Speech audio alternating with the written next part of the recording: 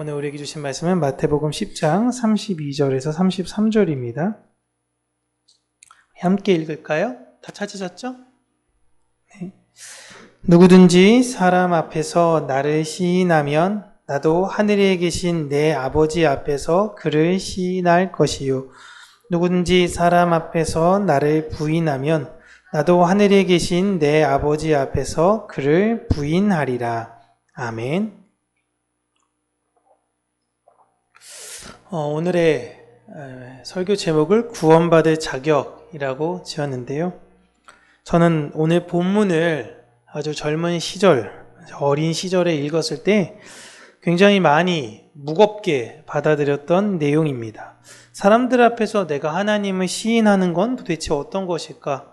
내가 사람들 앞에서 하나님을, 예수 그리스도를 부인하는 건 도대체 어떤 것일까? 라는 고민을 했어요. 아주 어린 심령이었을 때에 사람들 앞에서 식사 기도를 한다든지 여러 가지 종교적 행위하는 것에 있어서 굉장히 많이 주저한 적이 있었습니다. 내가 여기서 기도를 해도 되는 것인가? 내가 여기서 이렇게 해도 되는 것인가?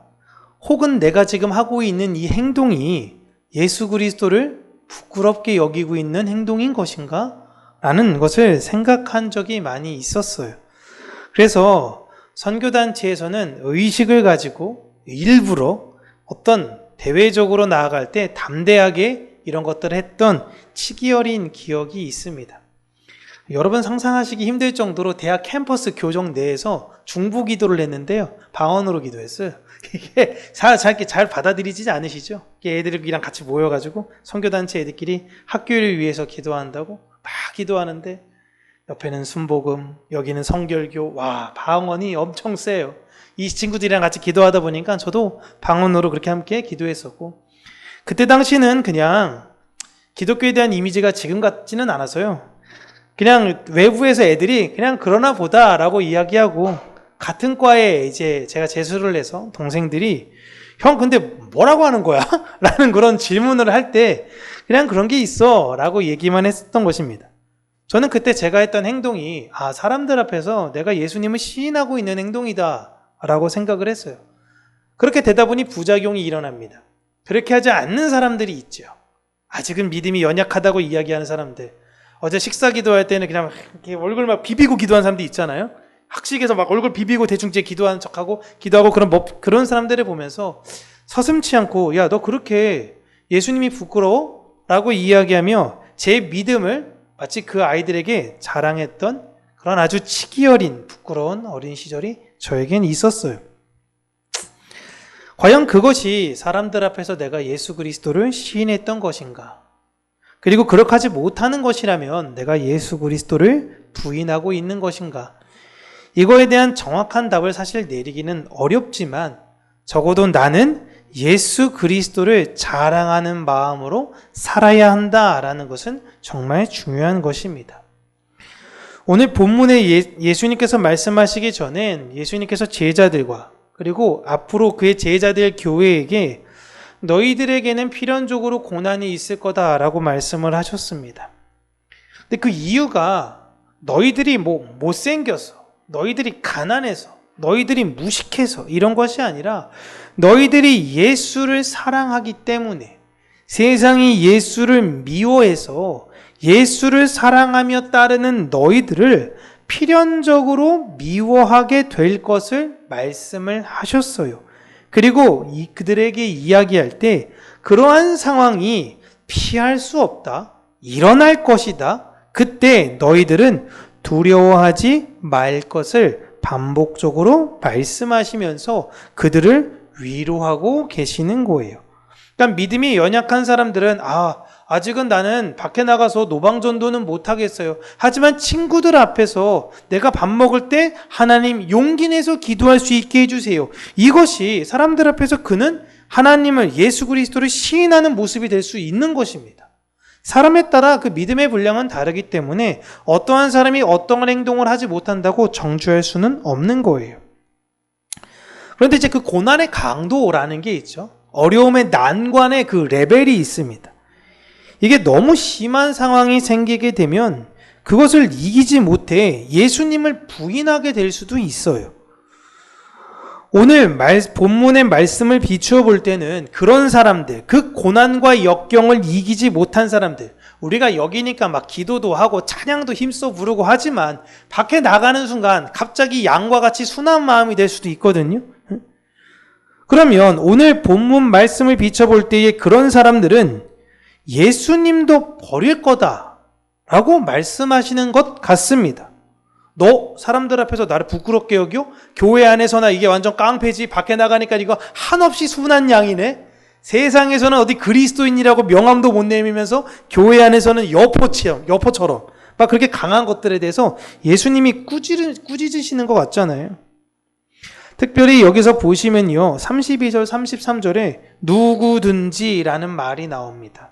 이 누구든지라는 말은 제자를 한 사람 보시면서 말씀하셨다라는 의미예요. 그러니까 누구든지 이렇게 쉽게 끊어서 이야기했다고 생각하시면 되는데, 그 예수님의 주변에 있던 제자 중에 누가 있었냐면 베드로가 있었습니다.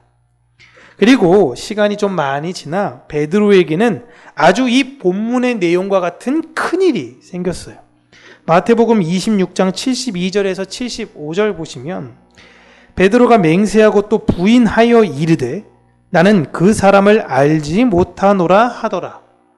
조금 후에 곁에 섰던 사람들이 나와 베드로에게 이르되 너도 진실로 그 도당이라 내 말소리가 너를 표명한다 하거늘. 이게 지금 갈릴리 사투리 쓴다라고 이야기하고 있는 거예요.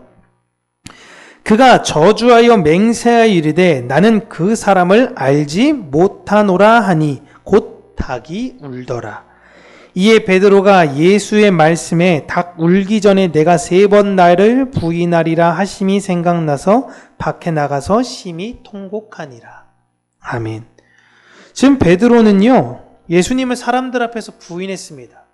이제 심지어 저주하고 맹세까지 했어요. 그럼 예수님께서 나중에 베드로를 하나님 앞에서 부인해야 되는 거 아닙니까? 오늘 말씀을 비춰놓고 볼 때 너 사람들 앞에서 나 부인했어? 나도 하나님 앞에서 너 부인할 거야. 그런데 부활하신 예수님께서 갈릴리로 도망간 베드로를 친히 찾아오시죠. 그리고 그에게 하신 말씀을 보면 요한복음 21장 15절에 그들이 조반 먹은 후에 예수께서 시몬 베드로에게 이르시되 요한의 아들 시몬아 내가 이 사람들보다 나를 더 사랑하느냐 하시니 이르되 주님 그러하나이다. 내가 주님을 사랑하는 줄 주님께서 아시나이다. 이르시되 내 어린 양을 먹이라 하시고. 예수님께서 찾아오셔서 하신 말씀은 요한의 아들 시몬아 네가 다른 사람들보다 나를 더 사랑하니? 라고 물어보세요. 여기서 그냥 예수님께서 요한의 아들 시몬아 너 나를 사랑하니? 이렇게 물어보시면 좋을 것 같은데 굳이 다른 사람들보다 라는 비교급을 넣으시죠. 이것을 베드로가 사실상 어떻게 판단할 수 있습니까? 내가 옆에 있는 안드레, 내가 옆에 있는 요한보다 예수님을 더 사랑하는지를 어떻게 알아요? 모르잖아요. 근데 아주 뻔뻔하게도 베드로는 그렇습니다 라고 이야기를 하고 있어요. 이야, 사실상 베드로는 자신이 다른 사람들보다 더 예수님을 사랑하는 것이 아니라는 것은 알 수도 있었음에도 불구하고 다른 이들에게 보여줄 수 없는 내 안의 진심, 내 안에 예수님을 향한 진심은 나는 진짜 예수님을 사랑한다라는 것입니다. 다른 사람들은 지금 저처럼 평가할 수 있어요. 당신 분명히 부인했잖아 라고 이야기할 때 할 말 없어요. 근데 아무에게도 말을 못하겠고 너무나 부끄러운데 나는 배신했어. 그런데 나는 예수님을 사랑해 라는 거예요. 마태복음 26장 33절 다시 한번 과거로 돌아가면 베드로가 예수님께서 그럽니다. 야, 다 나 잡히게 됐대. 너희들 다 도망갈 거야 라고 하니 베드로가 대답하여 이르되 모두 주를 버릴지라도 나는 결코 버리지 않겠나이다. 아주 확신에 찼습니다. 실제로 베드로가 예수님을 사랑했던 건 진심이에요. 그럼에도 불구하고 베드로는 본인의 살기 위해 예수님을 부인하고 저주하며 맹세까지 했습니다. 그 이후로 베드로는 아마 자신의 머릿속에 예수님을 부인했던 그 과거의 악몽에서 벗어나지를 못했을 거예요. 너무너무 힘들었겠죠. 주변 사람들이 나를 어떻게 볼까? 도대체 나란 사람은 어떤 존재인가? 그동안 내 3년은 뭐였던 거지? 이게 끊임없이 부딪히면서 굉장히 괴로운 시간을 보냈던 것입니다. 그런 베드로를 예수님이 오셔서 지금 확인사살하신 거예요. 너 다른 사람들보다 날 더 사랑하니? 라는 거죠. 베드로는 자신의 모습이 한없이 부끄러웠을 것입니다. 그리고 자신의 이치기 어린 판단, 모두 주를 버릴지라도 나는 결코 버리지 않겠습니다 라고 내렸던 그 판단이 얼마나 오만했는지를 알게 된 것입니다. 예수님께서는 사실 알려주시고자 했던 게 이런 것이죠. 그리고 베드로는 자, 내가 옛날에 이런 적이 있었는데 그냥 잊어. 야, 너희들만 알아야 돼. 이렇게 비밀로 감춘 것이 아니라 공개적으로 교회에 알렸습니다. 여러분, 제가 어떤 사람인지 아십니까? 이런 사람입니다. 그리고 그것을 구두로 이야기하는 걸 넘어서서 기록에까지 남깁니다. 자, 다 적으세요. 다 적으세요. 마태, 마가, 누가, 요한 다 적으세요. 저 이런 사람입니다. 베드로는 왜 이렇게까지 했던 것일까요? 사람은 자신의 영광을 남기고 싶어 합니다. 이게 사람의 모습이에요. 그래서 우리는 저명했던 분들, 어떤 재벌가들, 이런 분들 보면요, 말년에 그분이 돌아가시기 직전에 인생의 회고록을 남깁니다. 혹은 자서전을 써요. 그런 것들을 기록하는 이유는 자신의 과거를 용서받기 위해서와 자신이 했던 일을 기념하기 위해서예요. 그래야 내가 내 삶을 다시 한번 쭉 되돌아보며 내 삶을 정당화낼 수 있기 때문에 그래요. 그럼에도 불구하고 자신의 회고록과 자서전엔 100% 진실만은 넣지 않습니다. 기억은 항상 왜곡이 돼요. 이왕이면 좋은 이야기, 이왕이면 나쁜 이야기를 넣어도 아주 어린 시절에 감정적이거나 어린 시절에 벌였던 아주 사소한 실수 정도로 넣죠. 심각하게 자기가 잘못되었다라는 것을 회고록과 자서전에 넣은 분들은 제가 읽어보지는 못했는데 혹시 여러분 중에 읽어본 분이 계신다면 저한테 알려주시면 제가 한번 읽어볼게요. 사람들이 여러분을 기억할 때 어떻게 여러분들을 기억하셨으면 좋겠습니까? 야, 그 사람 진짜 개념 없는 사람이야. 야, 그 사람 진짜 욕심쟁이야. 그 사람 진상이야. 배신자야. 허풍쟁이야. 여러분 이렇게 기억되기를 바라시나요? 먹튀. 야, 저 사람 진짜 염치도 없어. 이렇게 기억되기를 바라시나요? 이런 사람은 없죠. 그런데 베드로는 여러분 저는 허풍쟁이입니다. 나는 지금 이게 지금 마태가 너무 적나라하게 적어놓은 거 아니에요? 주를 버릴지라도 나는 버리지 않겠다. 더군다나 자신은 배신자라고 기록에까지 남깁니다. 오늘 예수님의 말씀에 따르면요, 이 베드로는 예수님을 부인했던 이력이 있어요. 그래서 그는 예수님의 약속의 말씀에 따라 천국에 들어가지 못합니다. 그럼에도 불구하고 베드로는 자신의 치부를 사람들 앞에 공개합니다.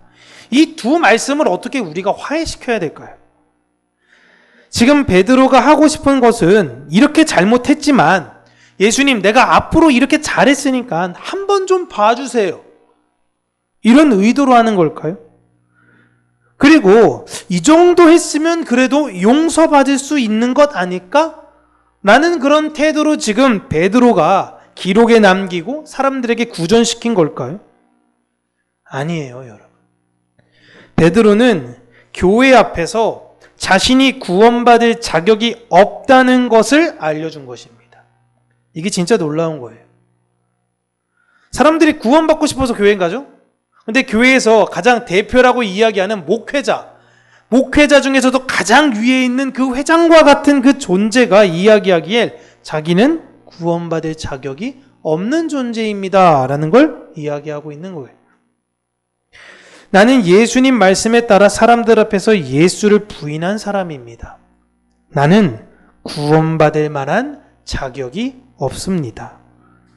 그런데 예수님께서 그분의 은혜로 새롭게 태어나 구원의 자격 없는 나를 다시금 세우셔서 여러분에게 구원이 무엇인지를 알려주시고 여러분에게 복음을 전하게 하신 것입니다. 라고 지금 베드로는 생각하고 이야기하고 있는 거예요. 이게 진짜 중요한 것입니다. 베드로는 지금 자신의 구원에 있어서 이렇게 하면 구원받을 수 있을까? 이렇게 하면 무언가 얻을 수 있을까? 이런 마음들을 다 내려놓았어요. 구원은 오직 하나님의 뜻에 따라 결정이 된 것입니다. 라는 거예요. 구원을 받았다라고 말하는 사람들은 실상 내가 구원을 받을 자격이 있는가? 라고 생각을 하고 있다라는 것을 성경에서는 기록하고 있습니다. 그래서 다른 이들 앞에서는요, 난 구원받은 사람이야 라고 당당하게 이야기가 어려워요. 내가 구원받을 수 있는 자격이 있나? 라는 생각을 구원받은 사람들이 한다는 것입니다. 성경에서는 이렇게 대표적으로 제자들 말고도 병에 걸린 사람들, 귀신에 들린 사람들, 죽은 사람들이 예수님께 그렇게 나아가는 거예요. 내가 구원받을 자격이 있습니까? 나음을 얻을 수 있는 자격이 있습니까? 그러나 내가 당신 예수 그리스도로 말미암아 온전한 치유함을 얻을 수 있다라는 것 하나는 내가 인정하며 나아갑니다.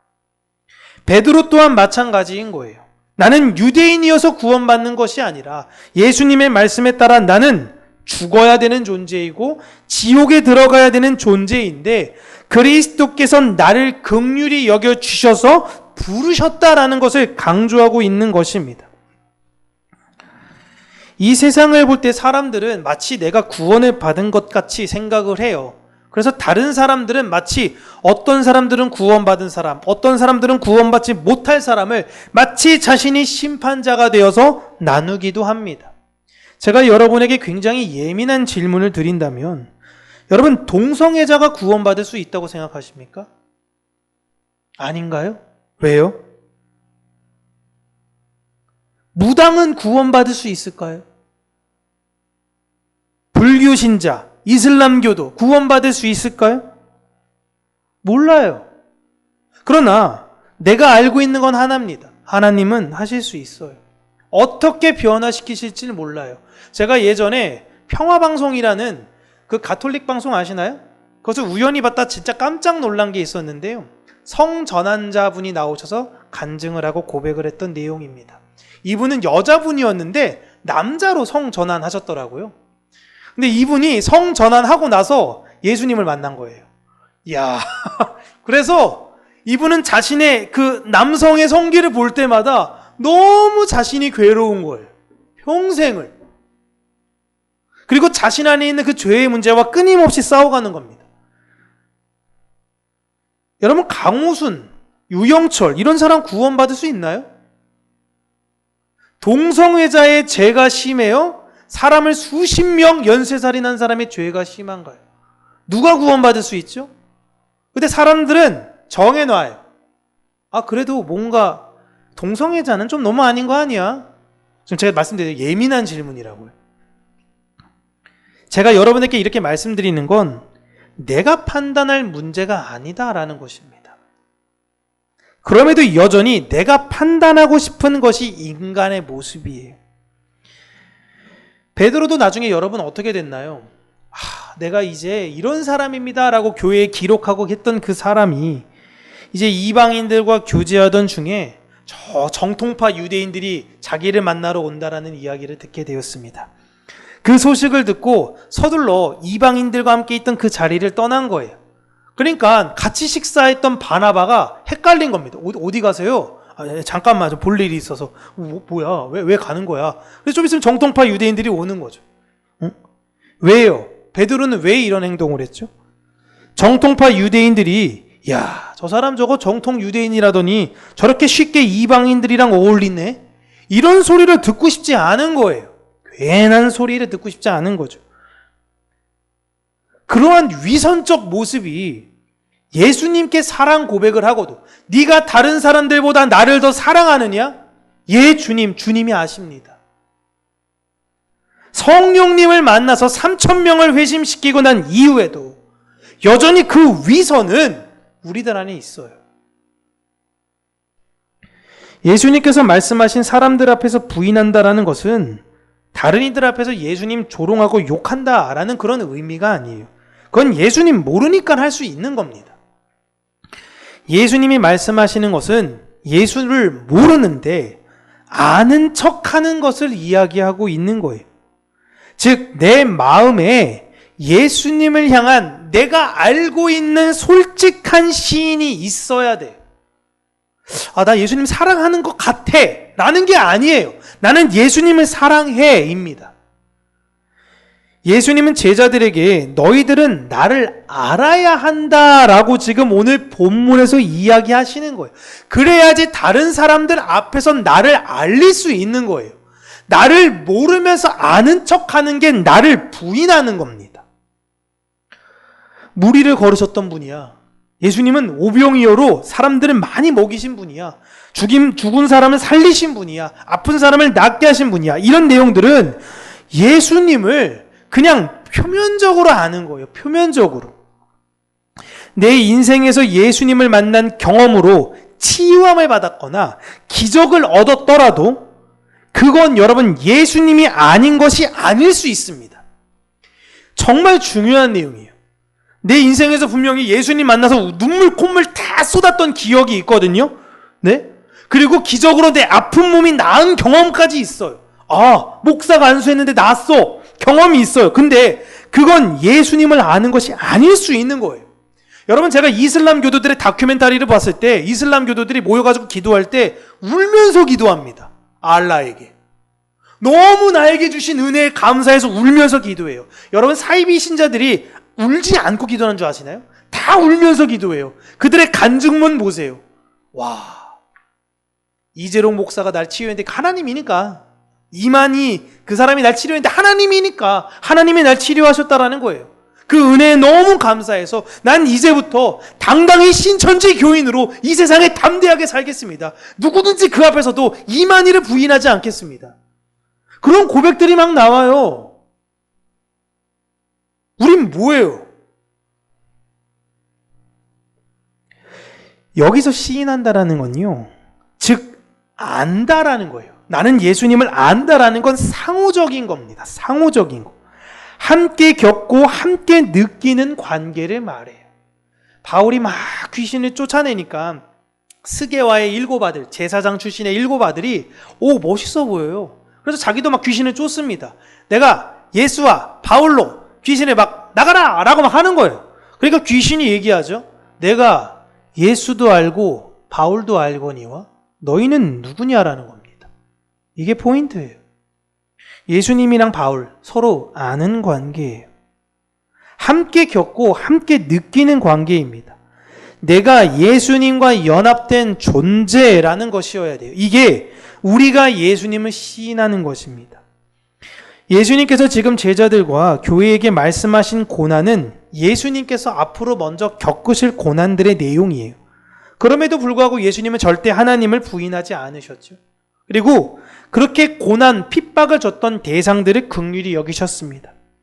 그리고 이제는 예수 그리스도로 인해 그 고난에 참여하게 될 교회들에게 예수님께서 두려워하지 말라며 위로하고 계시는 것이고, 너희들은 나와 교제하여 나를 이 세상에 시인하는 증인으로 살아야 한다라는 걸 말씀하고 계시는 거예요.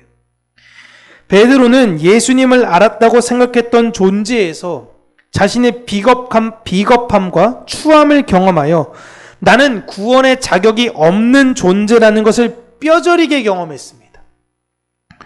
그렇게 예수 그리스도를 알게 된 것이에요.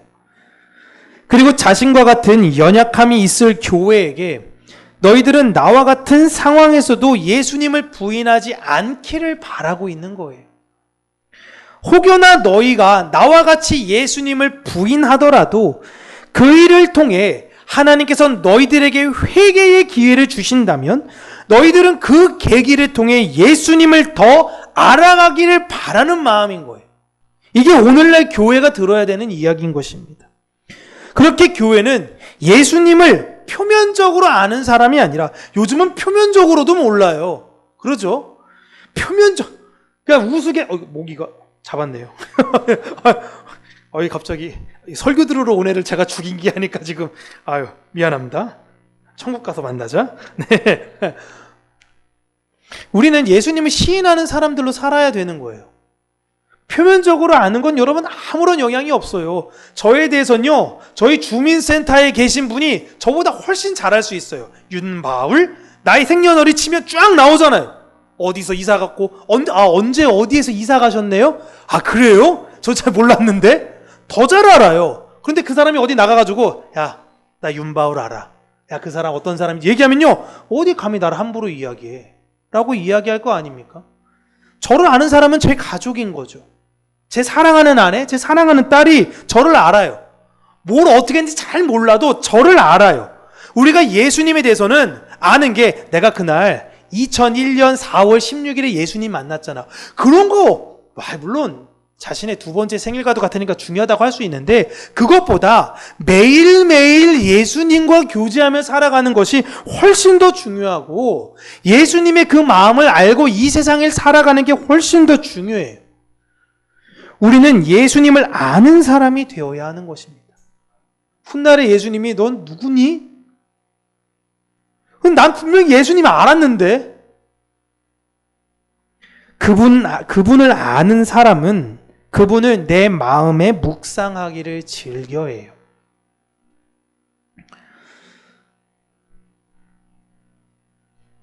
저는 우리 성강교회 모든 성도님들이 예수님을 알아 그분을 시인하며 사시기를 바랍니다. 그래서 다른 이들에게 하나님의 열매인 여러분을 보여주시면서요, 그리스도의 향기를 맡게 하기를 바랍니다.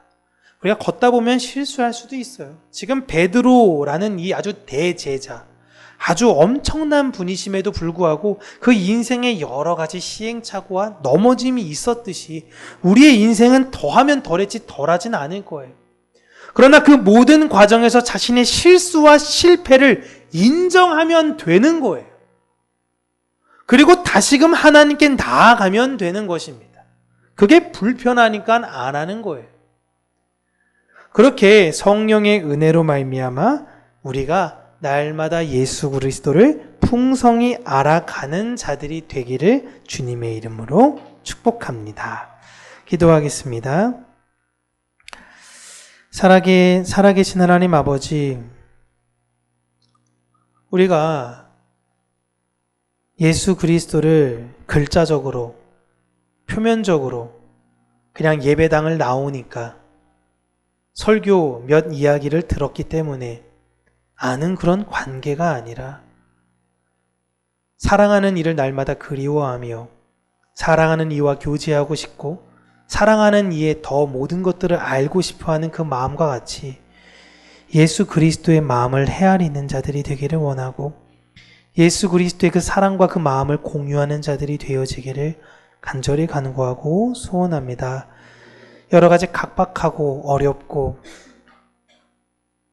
하나님을 믿는 자들이 희미해져 가고 있는 이 시대 속에 다시금 평강교회 성도들을 하나님께서 다시금 긍휼히 여겨주시고 우리 안에 예수 그리스도의 그 은혜와 사랑을 허락하여 주심으로 말미암아 이 세상에 예수를 사랑하는 자로 살게 하여 주시고 예수님을 아는 척하는 것이 아닌 진정으로 예수님을 알며 예수님을 계속 알기를 소원하며 소망하는 그 마음으로 살아가는 저와 우리 모든 평강교회 성도님들이 될 수 있도록 은혜 허락하여 주시옵소서. 예수님 이름으로 기도합니다. 아멘.